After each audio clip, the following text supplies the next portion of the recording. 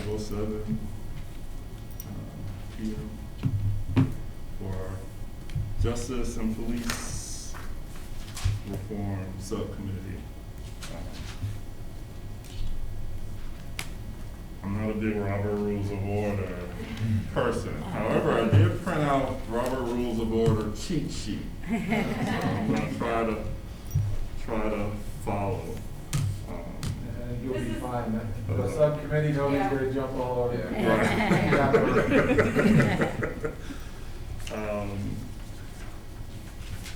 I want to begin today. I put out a call asking for people to share what type of data requests they may have had, and Lavelle, you put out the most awesome response. Thank you. Very detailed. I almost felt like I didn't have anything to add to it, and I really didn't, personally. But did you want to take some time maybe to just explain any aspects of your list? Sure. So Shannon was kind enough to call me to kind of flesh out some of these ideas, because it was like, I don't know, I'm just going to type and all these things are coming out. But really, I think the first thing we all wanted to know was what data is available, because it's hard to ask for something if you don't know what's out there. And then really just kind of going through some of the things that we had previously talked about, training documents, employee handbooks, and while that kind of spills over into the HR space, I think it's also important to know what policies that you guys are following in the police department. Patrol log information, sorry, thank you. Sorry, ma'am. And then documented community interactions, and not knowing enough about what policemen do every day, or policewomen. I don't know what that looks like. How often are you interacting with the community? What does that look like? How is that information being tracked? And then I think we've seen a lot of issues with 911 calls, so I thought, okay, well, let's look at what the sources are. How are you being sent out? Is it just patrol? Who's sending you where and why? Same thing with non-emergency calls. Documented use of force, misconduct, and complaints. I think those are all kind of standard issue. We were all talking about that. Disciplinary structure and processes, same thing. And then for warrants, I was looking to see, that process is different if you're applying for a warrant and then serving it. What does that look like for you all? What are the guidelines you follow? Body camera policies, and then one of the things that we've talked about is, do our community members know our police officers? So what are we doing now to try to make that happen? Because I think if we know that, then we can talk about what we can do in the future to make it a lot easier for people to go, oh, hey, Officer Warney, when they see you. So that's the kind of the data that I was looking for. And I think in talking to Shannon, we have a ton. We have a ton of data from lots of different sources. And it sounds like so much that we narrowed it to maybe the last quarter of last year to start. Okay. And then from there, we can kind of go beyond that. And Dave, I think you probably have the best handle on what's available and what format we can see it in. Right, on a lot of it, and if I could, I agree that the request that you put together, I think it is, you're shooting for a starting point. You kind of gave us a starting, middle, and end. So, but it's a lot, and I think we're in the process of getting that, and these two guys can tell you. Asking for policies in our police department is a simple ask, but I'm not sure what number we're up to now. Is a number of policies we've adopted for our police officers. They have so many policies that they're held to, because we use this Lexipol program, which is really a program, national program that establishes policies, and the administrative staff literally checks, we're going to adopt this, and it gets pushed out to these guys, and they're expected to know everything. So we're in the process of going through that. We're going to be able to get most of this for the subcommittee. But my take on your ask, I think one of the greatest questions that you asked for was a day in the life of a police officer, because I think the majority of Twinsburg's residents would be surprised what these guys will encounter on any given day. It's not just a speeding ticket here or there, a locked car. I mean, they're dealing with a lot of diverse things. And I've had conversations with council people that have literally said to me, well, we don't have domestic violence cases. I mean, where I go, well, what do you mean? And they go, well, you know, and I said, of course we do. They said, well, not real ones. And they're real ones. I mean, right? You guys, Yeah. I would guess it's not, certainly not a week that you go by without getting involved in the domestic. Wow. No, absolutely You know, not. probably every other shift. So I think, you know, they would certainly be in the best position to kind of walk through that. And Jeremy's in a great position to talk about training in Twinsburg because he comes from another police department. So he's been exposed to a different police department amount of training that he did there. And what we not only offer, because, and you guys can speak to this, what is the mandatory? I'm not sure that there's any other mandatory training for you guys to keep your certification other than the range, is there? Oh, most certainly there are. Oh. There are updates that come out periodically through OPATA that have standard updates. A few years ago, we had a domestic violence update, which every officer in the state of Ohio is required to complete to continue to have their certification. The year before that, I believe, was use of force update as well. You know, I taught that here for our guys because I'm our instructor when it comes to use of force, subject control. So there are updates pretty much every year, at least, you know, a 4 to 8 hour block of training that is required to keep their certification up to date. And could you give at least a group here a little bit of an idea as far as the training that you've received since you've been in Twinsburg versus before? Oh, I mean, so I've done more training in a year at Twinsburg than probably that whole department, and it was a lot smaller department, maybe 10 to 12 full-time people compared to ours, which is nearly 3 times that. But me personally, I've done more training in 1 year than they've done since I left, guaranteed. Wow.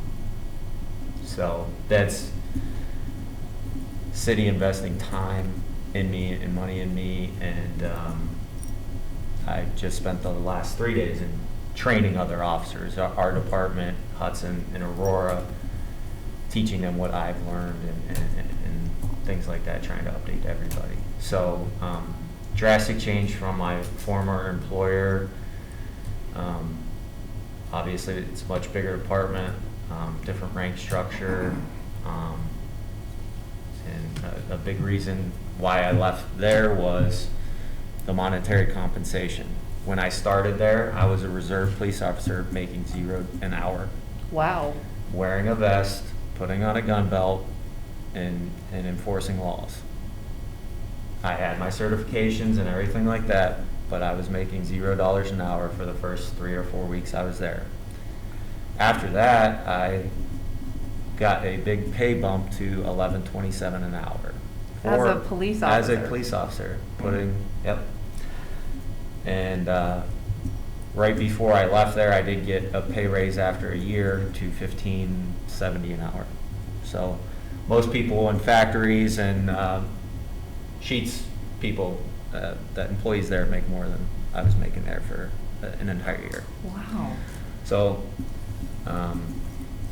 yeah, that's why I moved on. With some of the training that Jeremy was talking about, a lot of that was hands-on. As far as policies go with that Lexipol, throughout the year we always have different trainings on the computer and scenarios that we always have to go through as a requirement that we have to, and it's hundreds, you know. Whenever they update the policies, it's a requirement for all the officers in the city to go back through and reread those policies and acknowledge that we've read the updates to the policies, and those come out every single year. Our baseline training, I know Jeremy Officer Mahorkia referenced OPATA, that's the Ohio Police Officers Training Academy. That's just like that's the baseline of the school where for Ohio all officers go through, that's like the training. And when we're in the academy, we go through the OPATA training. And that goes from just the baseline of, community interactions or, enforcing traffic. Just everything that goes into policing is like the baseline and the foundation. And you would think if after you go through academy, the months that you spend being educated in academy, that you get out and you should know everything about the job. But that's not the case, because you really don't learn anything until you actually get out on the street, and get out into a community and start policing. With that, Ohio, their standards for law enforcement academy are, premier across the nation. All right. However, me as a police officer, I know these things, and then I see things happening in other states. All right. For instance, Atlanta, Georgia, an officer there, been there a while, having to call another officer to the scene to have him do standard field sobriety testing. Mm-hmm. So clearly that was not in his just basic academy class, that week of training. So I've had friends that left Ohio to go work elsewhere, South Carolina. They had to do a minimal update on pretty much the laws of arrest and traffic laws of that particular state, because Ohio is up here. Do I think Ohio's, is still sufficient with their training? Larnie probably, I would never believe there's enough training ever. That's just my opinion, because the better you train someone, the more prepared they are for the most critical moment they might have to do in their life. We'll get into me personally. I want to be prepared for that moment. So like any person in that moment, you want to be the most physically prepared for that moment as well, because then I don't have to worry about my body not working in that moment. My body, I'm going to be able to breathe, I'm going to be able to run, I'm going to be able to carry somebody, I'm going to be able to do whatever I have to do in that moment, and I'm not going to have to worry about my body failing me. I'm going to be able to help whoever I have to help. So those aspects are different across the nation, and sometimes we look at a broad lens of things and we don't see the context of the difference between what other agencies might be doing. And even my old agency was in Ohio, but it's just much smaller, much lower budget, and didn't have the resources to go through some of those trainings. I think to touch on a few other things, the request for warrants and things like that. As far as criminal charges or requesting a warrant, I've never had one not be approved. Okay, simply because of the checks and balances that we operate as a professional police agency. I do a thorough investigation on somebody.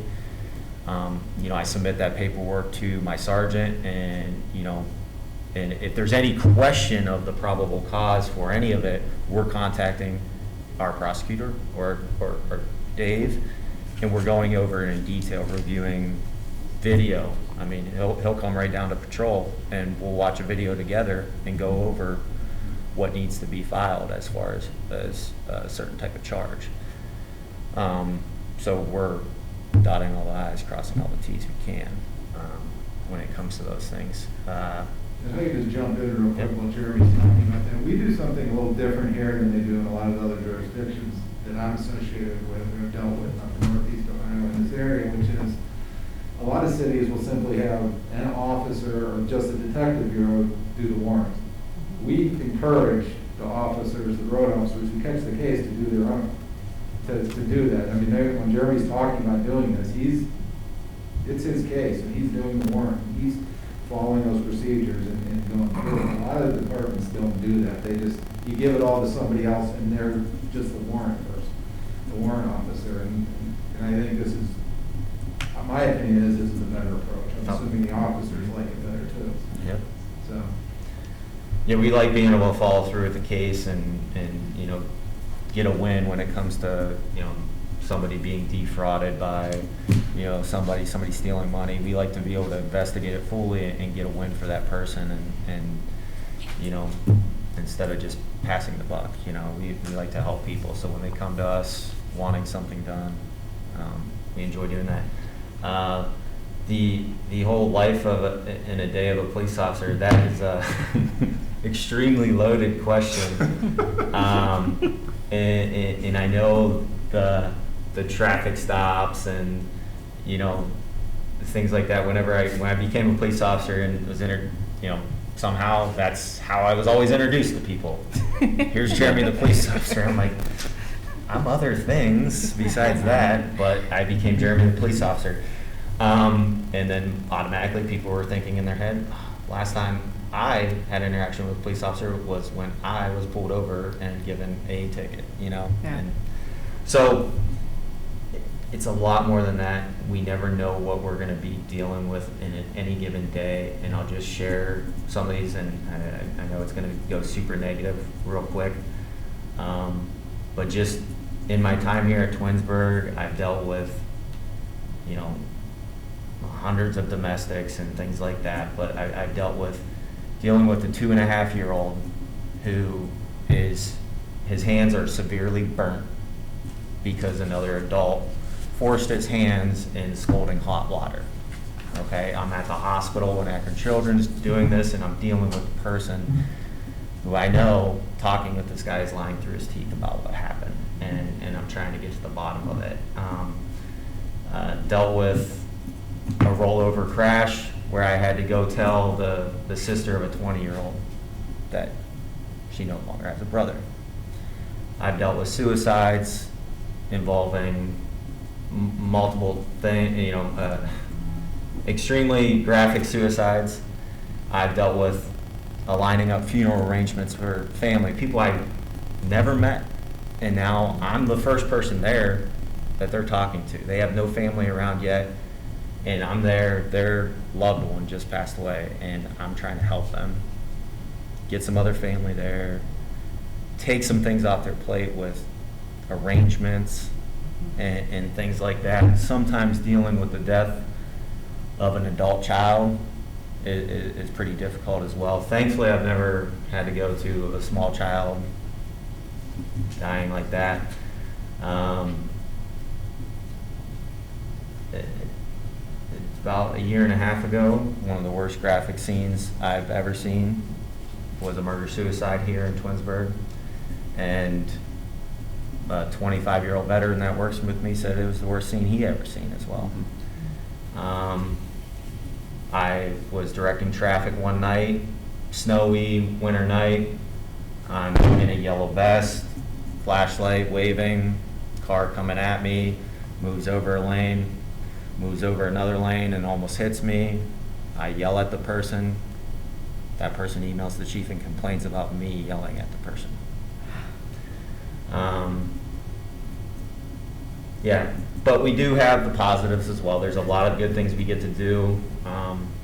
I get called over to Arbor Glen to assist with elderly female who's just moving in, having problems with the moving company. Moving company saying, we're done for the day. We've provided the services that we told. It's getting into the wee hours. We want more money if we're going to continue to work for this. And she's saying she's not going to pay us. We're leaving.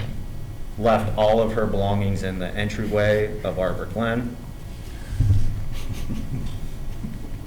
I can't do that, but you know what? I start helping move things back. It gets to the end of my shift. I go in and clock out, and I call this gentleman over here who was working with me. Hey, let's go back over there. Moved 2 or 3 beds and some dressers up there, and got it done for him. Got home an extra half hour later. That stuff makes it worth it. It is very difficult, but for the basic day in a police officer is just such a loaded question. We never know what we're going to deal with. We never know what we're going to have to deal with, and it's challenging. And we are presented with a lot on our plate, and people don't always realize that when I'm dealing with you, I might have just came from one of those scenarios that I just talked about. Yeah. And I just seen what I just seen, and we do a great job, I feel, of being as professional as we can, and kind of flipping that around of, I just seen something horrible, I just dealt with something horrible, now I got to reset and deal with somebody else. And yeah, and I know, and I always try to keep it in perspective. If someone called the police because of something, they're obviously having a pretty bad day, and they had to call the police to help them, or they're the person that somebody else called the police on. And I try to look at it both ways, and either way, both people are having bad days. Yeah, Jeremy gave a good point. The call that he talked about, the most graphic one, he was ever on. I was on that call with him as well. And it's crazy. People don't realize, like, if you came into a scene where you just see body parts or blood or just like something crazy like that, you see, just crazy stuff. If you saw that, you would probably just finish your whole day, just end your whole day. Like, you know what, this was pretty traumatic. This was pretty crazy. Let me go home and hug my wife or hug my child. We could see that in the first 30 minutes to an hour of a day. And then it's not like, okay, hey, I need to go home, guys. This is kind of crazy. You finish the next 11 hours still being dispatched to, when COVID first started and everybody got locked down, we had domestics every shift. Every time I came in, we were going to a house because everyone's locked in the house, and you stay with a loved one long enough and you'll be able to push some buttons, So, I mean, we had domestics every single shift that I was on, whether it's parents and children or, spouses, what have you. It was always something. So you never know from a domestic call to, to suicides, murders, and Twinsburg as a department, they do a great job of keeping things, I guess. It's a great city to live in, and a lot of people don't know about a lot of things that happen because of, I guess, the job that's done by the first responders and everyone else who plays a role, which is a blessing to be a part of that city. But all these things do happen. They do happen. They happen more than people think, more than they realize, and all it is a matter of coming to the department and asking a question.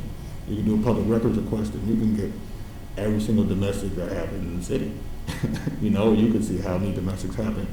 Here, how many threats, how many arrests. Like, it's a lot of things that go on in the city, and it's we're very fortunate to be a part of the city that on the front end to help set that barrier so people can be comfortable sleeping at night, in their city, and not having to worry about is someone gonna come and steal my car, or there's drugs being peddled through the city, or there's a drug house right here that's in my neighborhood that the DA is going to hit, and I didn't even know about it. Those things go on, and you don't know. So the day in the life of a police officer is just, like Jeremy said multiple times, a loaded question. You asked about like community relations, like how often do officers get out and what you see. A lot of times, a lot of things that officers do truthfully, you'll never know. You'll never know. You'll have officers that'll get out and talk with kids, or throw football with kids, but all you hear over the radio is you have to be portable at this address, out speaking with an individual or something like that. And you go back in and you say, okay, I'm back in, I'm clear. You could be out there for 5 minutes, 10 minutes, and you could change your life. You could change your life. I think Officer Mahork was on a call where I think a guy's son just died. And I had actually sat down and talked with him 2 years prior. I was just driving past and I saw him sitting on the park bench, and something told me to just turn around, so I turned my car around, and I went and I walked up on him and kind of looked at me like, what's going on? And I just sat down and I talked with him for about 10 minutes, not thinking anything of it. And 2 years later when his son died, and we were the first ones to tell him, we the first person to tell a lot of people that somebody died. We're the first person to see if I remember face to face when they arrive, and you have to tell them, hey, your mom's gone, or your dad's gone, or you have to call somebody on the phone and hear some breakdown on the phone. How do you train for that? How do you prepare for that? But they went for that call, and the community relations, and I didn't do it for anything serious, but he talked to someone in Admin, a little higher, and he was like, yeah, I met this one officer a couple of years ago, and he sat down and talked to me. It was pretty big, but you would never know about that. You would never hear about that because I didn't say, hey, I'm going to get out and talk to this guy. I'm going to take a selfie with them and send it to the chief office, because that's not what we get paid to do. We get paid to interact with the community and make them feel safe and make them feel comfortable. I have a quick question. All right. Well, I would quick. go ahead, Emmanuel. Hey, Tim. Yeah. It's a little bit hard to hear, but it's my fault staying home, not coming there. Hey, Jeremy, thank you so much for sharing the training talk that you just you gave. I think that's very, very enlightening. One question that I do have, actually, it's a question, is a twofold. First one is training. When you have a training, like you take a training this year or in a 6 month, can those training be obsolete? Let's say that situation change, or you have this escalation. Will the training that you received like a year ago, can that same training be changed to something different based on the data of the field? So, I mean, you may, you know, if you don't know the answer right now, that's No, okay, but. You're fine, just let me clarify, you're saying, you're asking if training that I get can be obsolete in a year or 2 years from now? Yes. Absolutely. And Okay. here is why. So the most beneficial training I received most recently is all based on natural human behavior. So one, as an officer, I'm not gonna fight my own human behavior and instinct to live in situations. And in stressful, high threat situations, your body tends to want to be close to a hard piece of cover. And in situations, you learn to interpret other people's behavior as well. But for instance, what we were doing this week in training is traffic stops. And I seen a lot of officers who were taught a certain way to do a traffic stop. You may have seen this at some point in your life, of the officer walking up and touching the back of the vehicle. That's a terrible approach, because if you're in your vehicle on your way home tonight and you look out at your side mirror, you see right down the side of your mirror to the back of your vehicle on both sides. So you see the officer right there. So if you're a bad person and you're gonna attempt to ambush that officer and he's walking right there, you see him the whole time.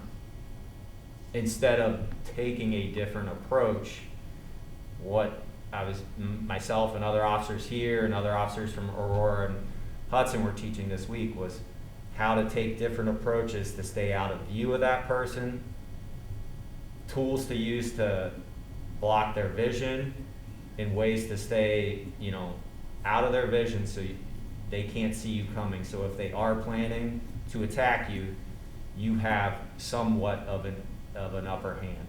I wouldn't say you have the upper hand, because obviously someone planning to attack you, they're gonna have the upper hand initially. But it's all about, training can definitely be obsolete over time. Some of the things that I've been through with what we call high threat, CQB, close quarters battle stuff, it's a wide variety of things. It all comes down to just allowing the officer to put themselves in a better position, a safer position, when they approach anything, a traffic stop, when they're approaching a house, when they're approaching a room inside a house. You put yourself in a better position. What do? Then you make a better decision. And if you have more distance or time to react, you don't have to make a decision so quickly.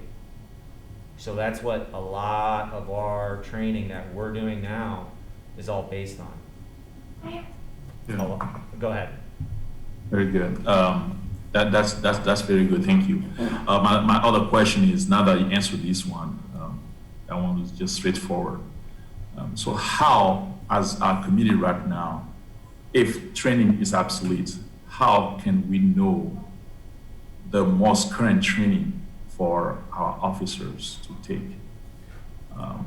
Is a website or somewhere that we can look at, say, oh, this is the absolute up-to-date training for our city officers to take? The training that I'm certified in is something that's being instituted nationwide, as far as the high threat patrol tactics. And I know that sometimes people don't like the terminology of it, high threat, close quarters battle, but like I said, it's allowing somebody to evaluate a situation, and you're constantly looking to put yourself in a better, safer position. So we've already started to roll that out over the last 3 years in this department of getting our patrol units up to date with that training and understanding it. And we're just going to continue that process because, like I said, these type of patrol tactics are being adopted all across the nation. Fortunately enough for the person who created it, he did thousands of hours of reviewing actually officer-involved incidents, seeing how they would react, where they could have been, what position they could have been to resolve the situation better. And he developed a whole training program on it and ultimately made a lot of money from it. And it's being adopted nationwide. And guys, young and old, some that have been doing things one way for their whole career, I take them aside and I show them this. I might show them a video or two of, watch this, watch what happens here, and now watch your traffic stop, or watch how you approach this house, watch how you approach this room. Now look at this. And then maybe we do some simunition training. And guys really start to open up their eyes and they say, okay, I get it. That's much safer. And they understand if I'm in a safer position, and I can make a better decision. If I create more distance, I can make a better decision. And I have more time to do it. So. Yeah, thank you, I man. kind of jump in Appreciate a it. little bit. So I think a lot of it has to do with the commitment of both the administration and the department on training. I know there's in-service days that they do multiple times per year that allows the whole department to go do training. The question about what happens in the day of a police officer, I've been asking that since I started as mayor. And I try to attend their training with them. I was there today for a couple hours watching the simulations of dark nighttime traffic stops within a warehouse that they were using. And I can tell you that, I think there's a perception out there with a certain part of society that these guys are all cowboys waiting to use their authority against someone.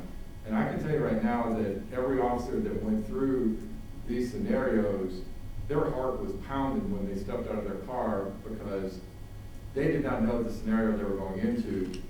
Even though it was simulated and, with the simunition and the bullets and the fake bullets and all that was going on, it was an intense situation. And I think allowing me to watch that and see that gives me a little bit of a sense of what they go through. I don't care who they're pulling over. I'm sure they've got to be in a very protective situation when they walk up to a car. And, I'm glad they let me do that. Sometimes I even get to participate, but it's just, it's something that, and I try to do it with all departments, just try to get a sense of what they go through and the training they go through, because they have some very, very tough days.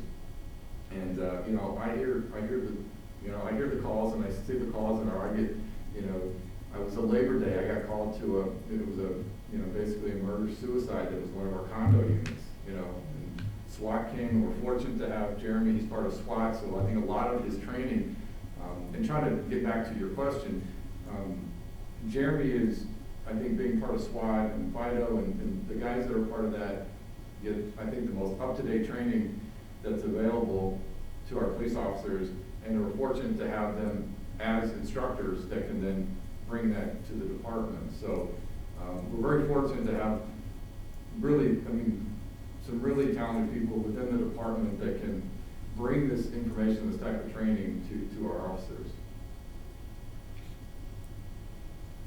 Thanks, Ted.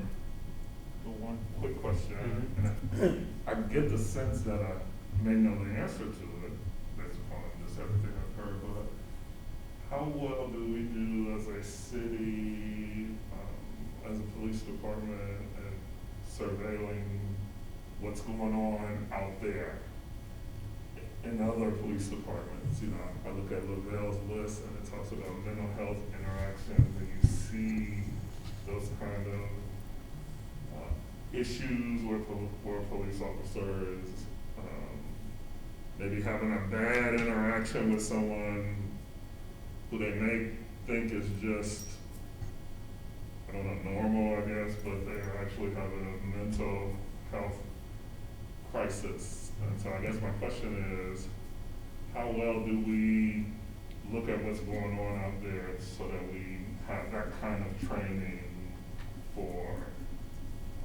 our officers?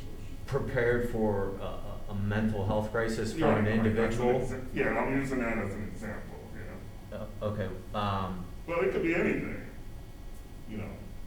Something is going on out there. I'm trying to think of something else. The mental health one is the one that came to my mind because I've seen several stories, you know, about someone having a mental health issue. However, when they were confronted with bullets or what have you, you know. So, much like domestic violence and domestic abuse in the city, I'd say mental health calls are right there even with them, especially since COVID kicked off in March or February, whenever, and people were locked down. Those calls have become more routine, more normal, and increased greatly in those calls. I want to say less than 2 years on the department, I went through a week-long training in Akron, crisis intervention training that Akron PD puts on. That is a training that all of our new officers go through within their first, I think, 2 to 3 years here. They put the class on, I believe, once or twice a year, and every time they put the class on, we try to send at least 2 officers to it. And it's a week-long course. You do a whole lot in that week. We eat right through lunch. You know, there's not a break for lunch in that class. You go out in the community in Akron. You go through some places where some other social workers that work in that building that we do the class in will go out there, and you'll meet patients that they have that live out in the community but are, you know, have mental disorders that they're medicated for. So you meet those people. We went to the grocery store with one in mind, and then the very last day, they have actors from, I'm not sure exactly where, but they perform in theater and that, and you go through live scenarios where they're playing people going through a mental health crisis, and you and your partner got to work through it and try to resolve the situation. And it takes time, it takes patience, and it through the learning to talk to people. That's why I think, all police officers need to, work it, be a waiter or waitress at some point in their life, or be something where they're, doing a job like that, because you learn to interact with people, you learn to pick up on people's tendencies, and when you're talking to people going through those, they have what they call hooks, and something you can get in their head, and that's what can maybe flip them around and get them to trust you, and then get them to want to go willingly to a hospital without harming themselves, without you even having to necessarily put hands on them. We can just walk to my cruiser, and I'll put you in the back, and I'll run you down to the Cleveland Clinic, and we'll get you to talk to a doctor. They can point you in the right direction. We got other resources for you to talk to. So we've become much more acclimated with dealing with those calls. That class gives you a ton more resources, a lot down in Akron of facilities we could take people to. It is challenging at times, and this past year has definitely been challenging with those calls because of the whole process. And those people we're interacting with a lot of times know the things they can't say to us, because we can then pink slip them, and some know what to say if they want to go, and maybe want to go to the hospital, and they'll say those things. So those are very challenging calls, definitely, and everyone's different, and I'm thankful that, you know, they get us trained in that, you know, as soon as possible when those classes pop up, when Akron puts them on. So we always try to send 2 people to them. So, as far as I think maybe answering some of those other questions as well, because that's like identifying something that needs to be trained in the department. You know, we understand that's been a hot button thing, mental health and those type of calls that police go on. So we want to have those officers trained in crisis intervention. We want to have the resources that they need to handle those calls, whether it be places to call for those people, and when we identify other areas as well, you know, use of force incidents and things like that, training when it comes to those things as well, that we identify that's a need, and how are we going to approach it. Any other comments? You know, that's always one of the things that I worry about, even in my profession. You know, when things are happening, are we paying attention to what's, like I'm at Youngstown State, are we paying attention to what's happening at Bowling Green, for example? You heard about the student who passed away, you know, so are we learning from that so that if it happens here, we can't say, oh, we didn't know, you know, and so always surveilling, you know, what's going on in a like field. So I was just curious, you know, when you see things happening with police departments somewhere else, how well do we kick in our training or step up our training or, you know, or add something to the training or what have you. So I appreciate your response. I do have a question. I have a question as far as the police officers are concerned. Do we have anything in place to help with you guys? You know, when you're saying you're going through some very traumatic experiences, and do we have anything that, you know, like Lauren says, you can see something horrific and then have to work an 11-hour shift. Is there anything we do for the officers' mental health? You ever got a hug from Lauren? I love Lauren. You know, I'm a school teacher, so I know that, you know, you go home, you hear a terrible story, and you know, I can go home if they'd send me out if they saw it was something really awful, or we'd have people, and do you have anything in place, or is that? So, we're thankful enough to have a good support system here, and my sergeant, the sergeant he started with when he started working as Sergeant Tom Austin. He's the executive director of the OPBA, and he is huge on that because the mental health aspect with us is severely, you know, a large problem as well. The suicide rate of police officers is insanely high as well, and the life expectancy after we even retire is extremely low.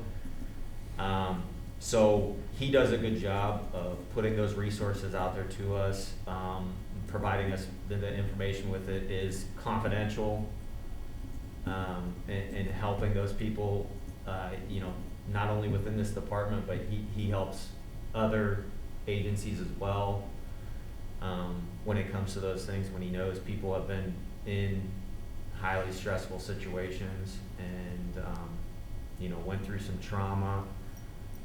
It is always good to have that available.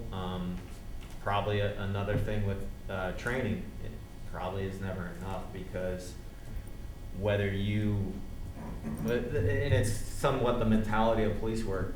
You know, it was mainly male in the field for the longest time, and we're big macho men, and you know that can't, but it does, and it weighs on you. Maybe not right then, but over time, and things start to stack up. And yeah, if you're not using any of those resources, you need to. And I talk to our young officers as well. Like, you're going to need to talk through those things. You know, one of our officers, I won't tell that story, but it was a bad scene, just that nonetheless. And, you know, I checked up on that person over the next coming weeks, and I said, you know, you might need to talk to somebody else besides me about that. And that's okay.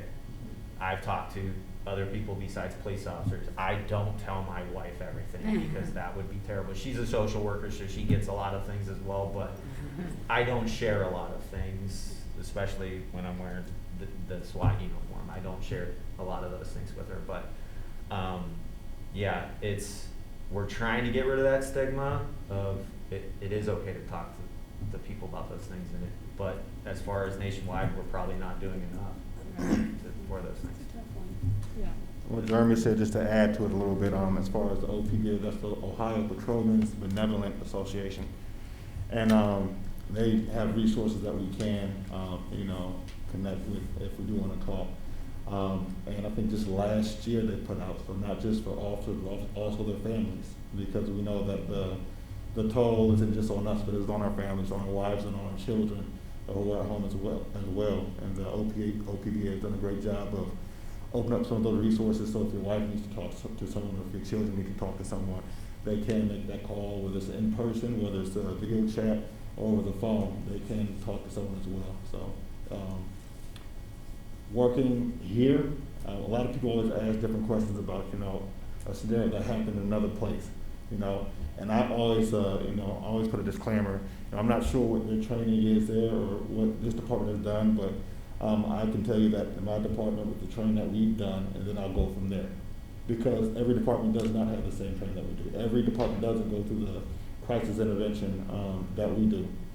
Everyone doesn't go through, you know, field sobriety things. You know, we're in a great position here where the training that we have gives us the tools to handle situations in a different way than another department that possibly hasn't got that type of training.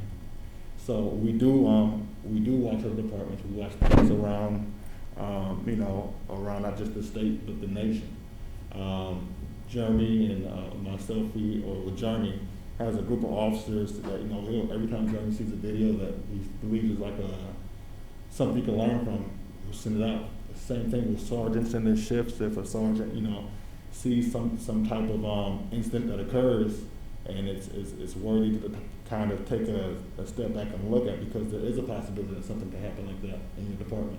They'll show it. We'll do roll call trainings, or you'll do a debrief where you actually go through what happened in that incident, and we'll point out things, you know, that we might have done differently, or that we see that our department doesn't necessarily believe was the best approach, or even in some situations how someone did handle a situation in a way that we might need to adapt, you know, to. So we do watch, you know, because we don't believe that we're the, you know, the number one or anything like that. And we always have to be open to, you know, to progressing, you know, any situation. And I know today, I don't know if it was Jeremy that told me, but it was intentional that it was Aurora, Twinsburg, and Hudson training today, because they want the departments to be all on the same page, because if you're calling for mutual aid backup, you know, on scene, they want everyone to have similar training, that they know that the guys that are standing behind them, maybe from a different city, have, you know, are going to approach things the same way. And I thought that was, you know, insightful today to know that, yeah, they're reaching out to our neighboring communities because they just want everyone to have the best they can, all the same type of training and level of training, so if they do all need each other, they can all be on the same page. Hey, Ted, quick question for you. Do we have a police appreciation day in our city? A police Appreciation. Oh, appreciation. We did, and I think Jeremy, you the one who brought National Night Out kind of to the city. So Jeremy came from a smaller community, and they had always participated in National Night Out. National Night Out is the first Tuesday of August every year, and it's done across the nation, and it's really I guess it would be police appreciation and more of just kind of community engagement with the police type of thing. We created an event here in Twinsburg that I think was growing every year until COVID, and then we didn't do it last year, of course, but that's probably our biggest, I guess, police community event.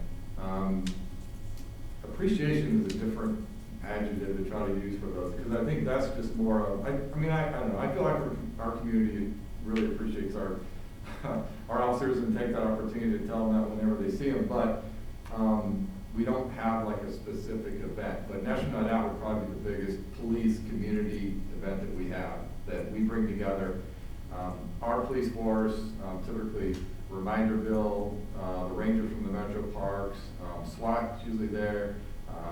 We have the Army Reserve present there. So it's a big event, it's a fun event.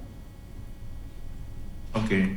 Yeah, the reason why I'm asking, I never heard that we have anything in the city like that. So, we appreciate our police. It would be nice as this committee, even if it's the 2 hours, we select the day, we appreciate our police. I think that would be fantastic. I was thinking the same thing, like just sitting here during this time and listening to Marnie and Jeremy tell their story. And I think the community needs to hear, the training that they go through, some of the experiences, so that they have an even better appreciation for the job that they do to keep our community safe. And I wonder sometimes if we have an appreciation for police, but would that appreciation be better if we really knew what they were going through? Sort of like what you said, Mayor, you said you sat in on the training and you saw it, and now you have a better appreciation or whatever. I know you can't get people to sit in on their training, but to hear the stories, I think is. We had him suit up and go live in some trainings with us, so he got the full force of some things.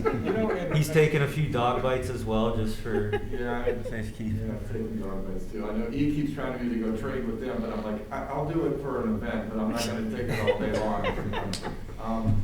But no, I think it's great. I mean, I've shown initiative to want to be part of that, and Jeremy and other officers invited me to their training and allowed me to participate as if I am an officer with them. And I can tell you that the stuff that they teach is kind of first impression sometimes for all the officers in the department. And there's new tactics and techniques that they use that, when we went out to the wastewater treatment plant and trained them one day, I was watching everyone, not just, engaging in what I was participating in, but, we were all learning new tactics and ways of doing things that day, from close quarter room clearing and those kind of things that they were able to do out there.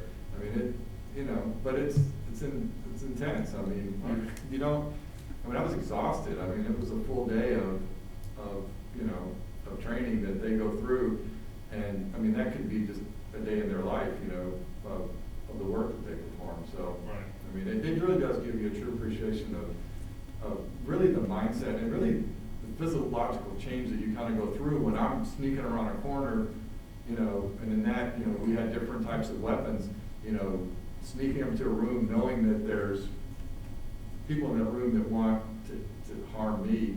It's just different. I truly respect what they do and what they do for the city.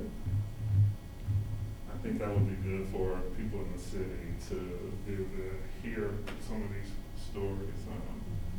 I hate it when I hear people make blanket comments about the police, and it's like, you have no idea what they're going through on a day-to-day basis, And so hearing stories that you all have shared with us today, I think is very powerful. I think it'd be powerful for the people. And all these guys but the two sitting in this room also go above and beyond what they do here at the city. They volunteer, they meet with high school boys, and they try to get them in the right directions, and they do close, Bible studies and different things with those kids, because I know how important their faith is to them. That, if I hadn't mentioned it, they probably or not, I think they would participate in it, but, you know, they go above and beyond in this community to try to engage our youth to do those kind of things and give them alternatives, you know, because we still have, we have a diverse community and there are still, you know, struggling kids in our community, you know, and these guys are out trying to help them. So, along that vein, do we do anything like community conversations or community training beyond the small groups that you guys lead? Is that something that historically has been done here? No, I can't as think as of far it. as like I would say, you know, we do have an explorers program, but that's not quite what, Yeah. you know, I think your question is. No, I don't think there probably is enough, and I don't know if I've never seen a training out there of maybe something more along the lines of where your question's directed at, as far as training an officer to better engage his community or his youth, Yeah. or his or her youth. in the Well, you know, community. even training our community members and engaging with our police officers. I mean, I think, you know, to have a conversation, to allow people to hear what your day looks like, and then to say to them, hey, part of what we do is protecting you, and to do that, we do these things, and when we encounter you in those situations, here's your best practices. Yeah. You know, because I think a lot of the questions that I've gotten over the past few years, like I taught a Fourth Amendment class, because people were like, I don't understand what happens. Like, what am I supposed to do? What am I allowed to do when I'm pulled over? Mhm. If people have the opportunity to have those conversations in a non-threatening environment with our officers, I think that would go a long way in just saying, hey, sooner or later it's gonna happen, right? You're probably gonna get pulled over. Some of us have lead feet, and, you know, we do the best we can with what we have, but it's probably gonna happen at some point, and what should you do? Not only for you to feel safe and comfortable, but for the officer Yeah. to feel safe and comfortable. Because I think, like you said, Jeff, there's so many people who make these blanket statements without thinking, you know, how many times has this officer pulled over a car and been threatened? Like, he's trying to go home the same way you are. So how do we open that dialogue for the entire community and really help people see beyond your uniform? So I actually got the opportunity last year, around the time of the George Floyd incident, a little bit after that, I got the opportunity to, me and another officer, got to be a part of an open dialogue with high schoolers, actually. I actually went over to the junior high school, or Chamberlain, I guess, because how they're moving everything, and I went to the auditorium full of, not full of students, the numbers, probably 20 or 30 students.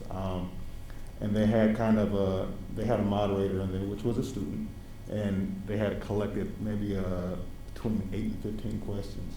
And we probably took an hour and a half to 2 hours, and we kind of just went through those questions. And between the students that were there and the parents, actually, there were a few parents and some students on Zoom, on a computer.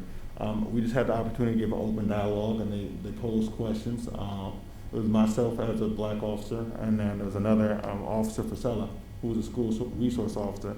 He's a white officer, so they just they asked questions. Some would pose questions to me as a black officer, some would pose questions to Officer Priscilla as a white officer, and just kind of see if we had any difference. And as far as the job and how we do our job, there really wasn't too much of a difference. And you know, he's a pretty solid guy.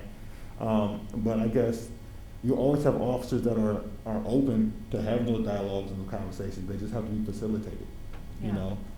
So if you're given a platform, I go talk anywhere, anytime, and answer any questions to the best of my ability. I'm sure that Jeremy would do the same. It would just have to be facilitated, or a platform presented for us to do that.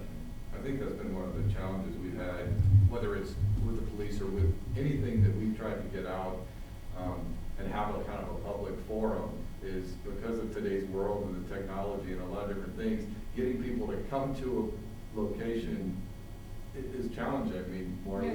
council, we do council, Yeah. you know, town hall meetings and all kind of stuff, and you get 6 people show Right. up that are seniors because we have cookies out there, you know? Right. You know, and it's, But I you know, do but then think- there's then this Yeah. complaining about all this in town, that people want to talk and do this, and we open up forums, and I Right. think, like, you know, if there's an opportunity to have and create that forum, I know there's guys on the force that would love to participate in that, and I think it would be helpful. It's just, you know, getting people to be able to create a, you know, an area that they can do that and come, and we know they're gonna have a room full of people to talk to. Do you remember years ago, we had at the high school, I wasn't Scared Straight, I forget what it was a drug program that traveled from city to city.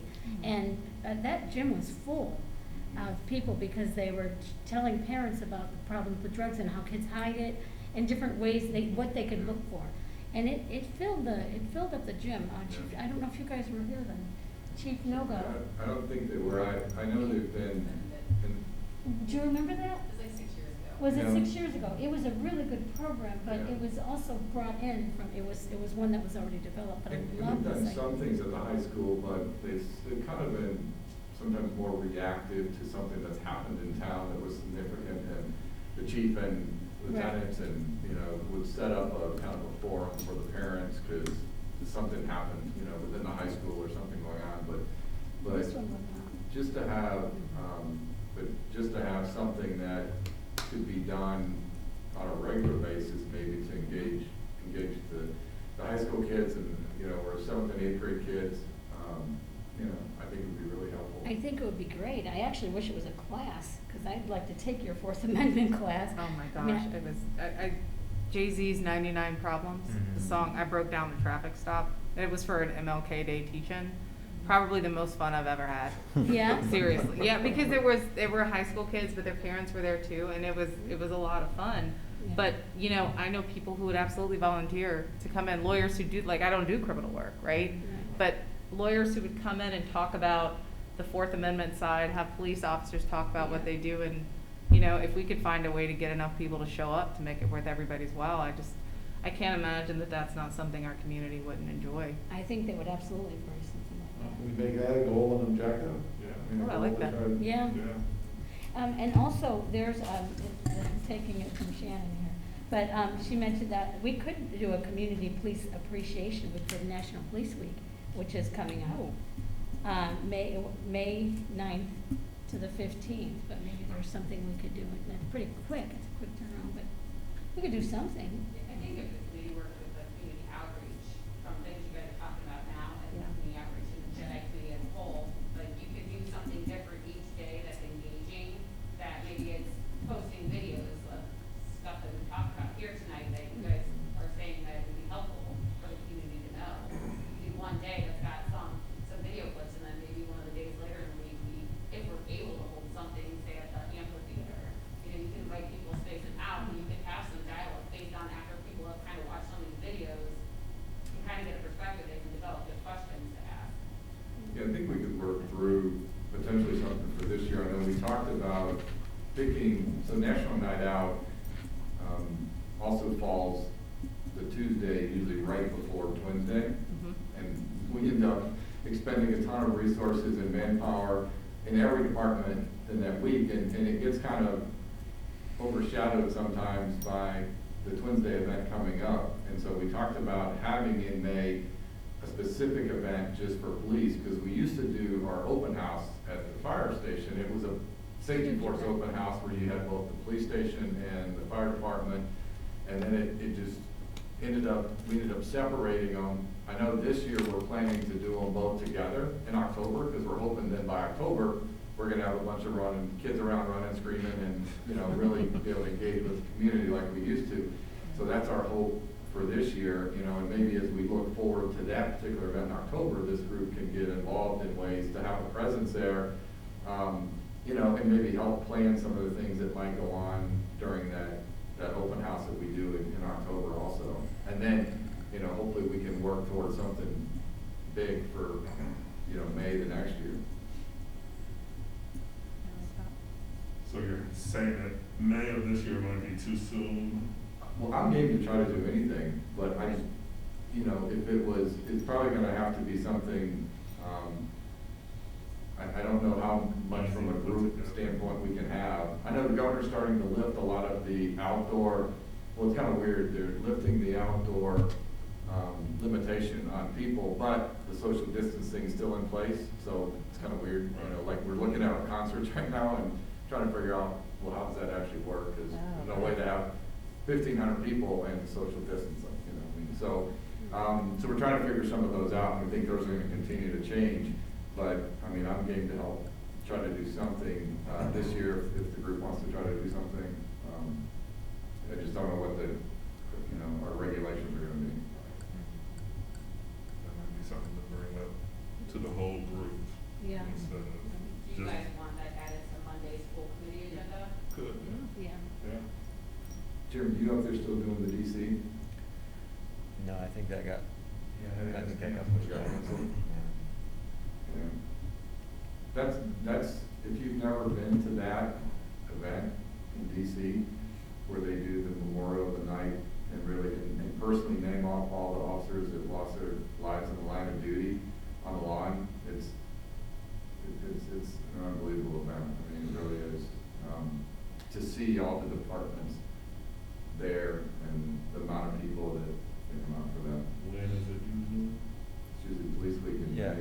yeah. There's a particular night in May. And, I mean, Cleveland usually does a parade and everything as well, and they do, other things as well. So, we always, meet with, Holly McTiernan, and we set grade markers, especially with Josh's, every year, and there's 4 other officers, from the area that are buried in Crown Hill Cemetery. So we set those markers out at the beginning of Police Week and pick them up at the end. This past year, a group of officers, a Hudson officer, maybe a resident or 2, we all met up the morning of the start of Police Week this past year, and we met at Drug Mart, and we ran all the way down Liberty to Post, down through the curves to 91 to Josh's Memorial, and the group of us running that distance together totaled 45 miles together. So, just kind of honoring him. Last year was just something we did because obviously things were canceled last year with everything. So we wanted to do something as a department, kind of just keep it small and, still, obviously honor Josh and his sacrifice and incorporate Holly and Thea, into it as well. So we had her on the PA system, playing music for us and everything else. So it was a great day for us. And then we went up to Crown Hill and placed the markers and that. So I'm sure something like that could be on the table for the kickoff of Police Week as well. And I know me and another officer have something up our sleeve for Josh's memorial in July. So. Dave, quickly, do you know how long it'll take to get the data that's been? Yeah, I'm getting a lot of it, coming in, year by year. The difficult part is, surprisingly, we have all the data, but it's not so easy as just filtering it through the computer system to get the information that we want. Okay, so it's almost going through citations, case by case, to filter out what we want and to categorize it. So we are doing that now. The policies, I think we should be able to get within a. So right before the meeting, Lauren was able to log on, so we have a couple of those available to us. I'll have those for Monday for sure. I think, what do we do, use of force? Use of force, search and seizure, some community relations. We have a couple of them. Yeah, so he was able to get actual right before the meeting to see those, so we just downloaded those. Crisis intervention. Crisis intervention, yeah. And if, just if I could, I mean, when I'm looking at this information in order to get it to you, keeping in context of the group that we're, this is looking at it, okay? I mean, we're looking at whether or not there's a racial disparity. I'm assuming a racial disparity in number of citations and police officer contacts and things like that. And just to let you know, the way I'm approaching it is, I've been doing this a long time. I've been a prosecutor for Twinsburg since '98. I started in '98, so I was our police prosecutor from 90 to 98, I was criminal defense lawyer in Cleveland, felony work. So I've seen both sides of this. But the way I look at it from what these guys do is that, in my opinion, if you're stopping somebody for speeding, you don't know what color their skin is until you stop. I mean, they're not making that decision. There's certain actions that the driver brings the police into their world, okay? Speeding, red light violation, stop sign, weaving, left to center, things like that. You are bringing the officer to the side of your car. They're not coming there for any other reason. From that point on, other charges can happen. Officer smells alcohol, ultimately an OBI gets charged. Officer runs their license, ultimately driving suspension gets charged. Smell marijuana, they find some marijuana in the car. Those charges come after the stop. So what I'm categorizing these is in the categories of, okay, that the driver's actions brought the officer there, or were these actions where the officer could have, or the driver's appearance, or the vehicle's appearance, or the plate being out of county, some other reason might have brought the officer into their world. And I think when you look at those numbers, I think it's probably statistically equal to what you'd expect out there. There's nothing shocking, in my opinion. I've only done 1 year so far, and I've gone back to the last full year, Twinsburg Police did not have a minority officer in the department. And then forward, because I wanted to see if the numbers changed as we added officers to the department. So that's what my goal is, to bring those numbers to you and those statistics, and we can talk about those. And I think that that'll bring up some good conversation, because like I said, these guys at 2 o'clock in the morning, if the car is weaving, they have an idea they might encounter alcohol on the breath of the driver, but if they don't, the story ends there. They might give them a warning for the weaving, or they might charge them with the weaving, but if there's nothing else on that driver that driver does to have the officer go further, it's not gonna go further. And we all wear body camera, and we all have dash cam, and it might be worthwhile to actually look at some of those interactions, and we can do that, similar to what you were talking about with search and seizure. Of nothing is in a perfect world that you learn in law school. There's always the give and take that triggers something that the officer then goes a step further.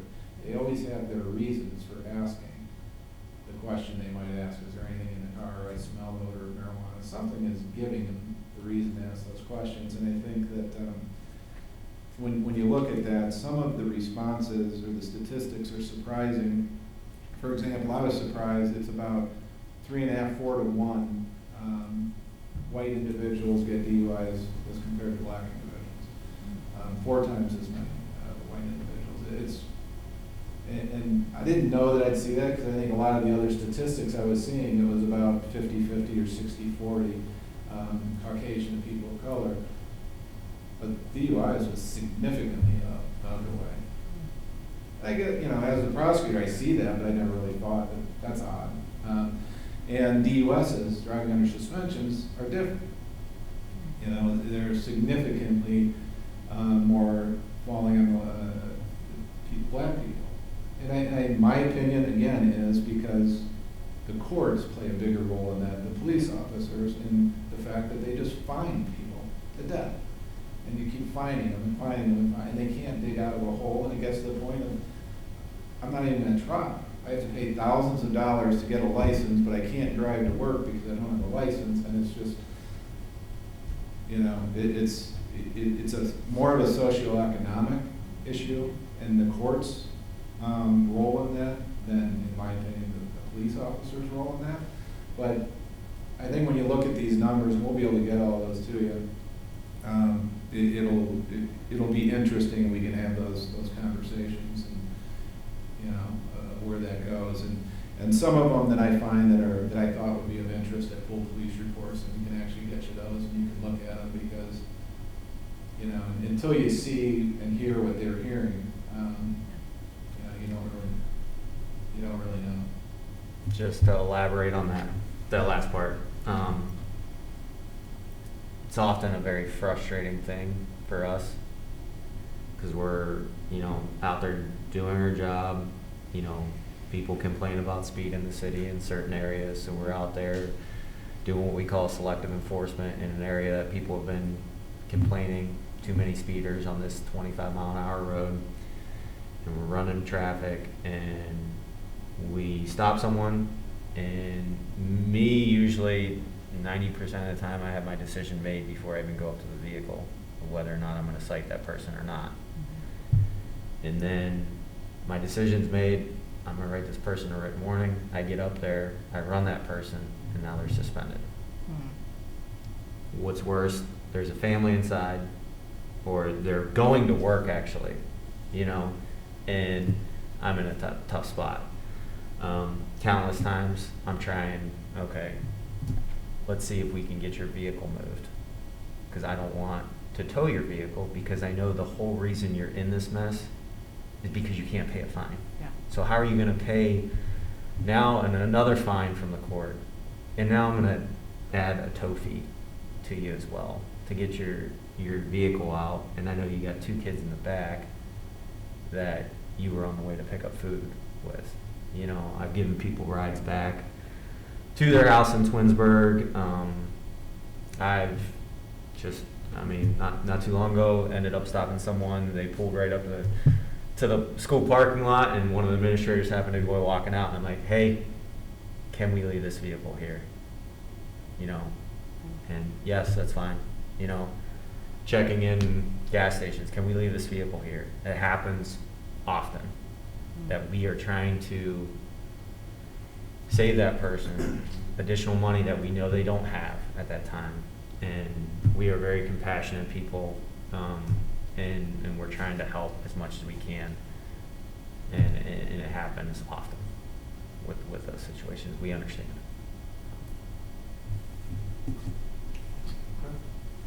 Once again, another good story for people in the community to hear, about those things that you all do that help them. So Just to add, I think the plan is to have this link up of the video tonight on the city's YouTube channel. Is that what we discussed? Yeah. So people will be able to view this and hear this. Okay. But probably beginning in I'll end Tomorrow. Are you okay with us sharing these around our network? Because I don't know, I think that people have an idea of what a police officer is based on what they see on TV. They really do, because how limited are your interactions with them, right? And you guys are just, you're people doing a job, and it sounds like you guys do a very good job of doing your job, and we want to make sure people know that. Thanks.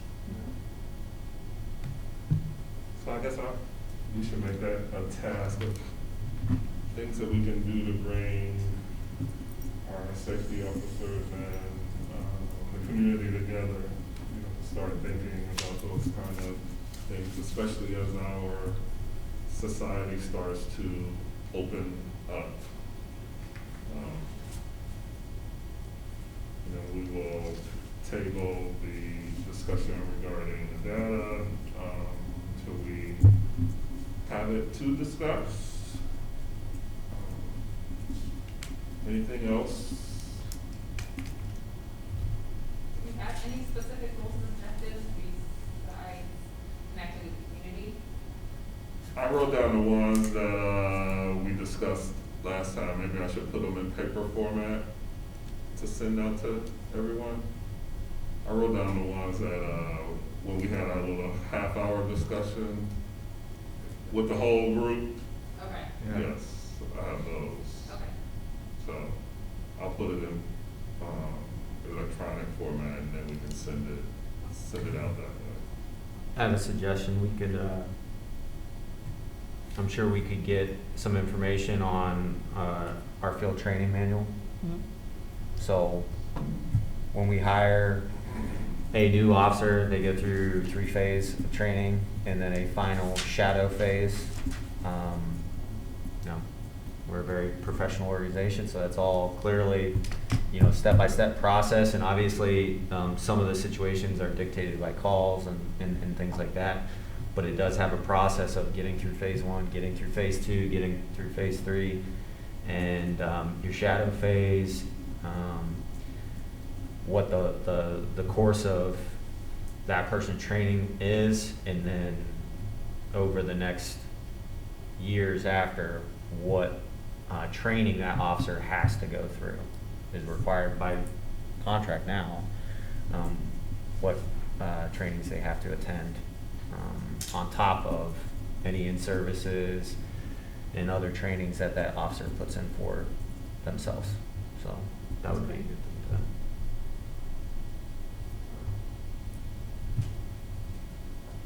Anything else from the group? If not, looking at my cheat sheet, I move to adjourn the meeting. A second. All right.